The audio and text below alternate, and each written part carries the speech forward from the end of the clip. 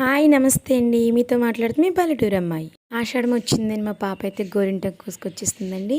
గోరింటాకు కోయడం అనేది అయితే వీడియో షూట్ చేయలేదు. మా అమ్మ మా పాప అయితే కోసేసి రుబ్బేశారండి. భోజనం చేసేసి వెంటనే అయితే గోరింటాకు పెట్టేసుకున్నాము.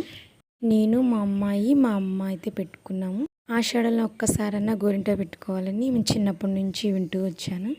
మా వారైతే నాకు గోరింటాకు పెట్టండి అని వచ్చి కూర్చున్నారు. పెట్టించుకున్నారండి. తను కూడా మా పాప పెట్టింది కొంతసేపు. నేను పెట్టలేనంటే నేను పెట్టాను. తర్వాత గోరింటాకు ఎర్రగా పండితే ఎర్రటి మొగుడు వస్తాడని సరదాగా అంటూ ఉంటారు. మా వారికి చాలా ఇష్టం అండి గోరింటాకు అంటే. తనకి పెట్టాను.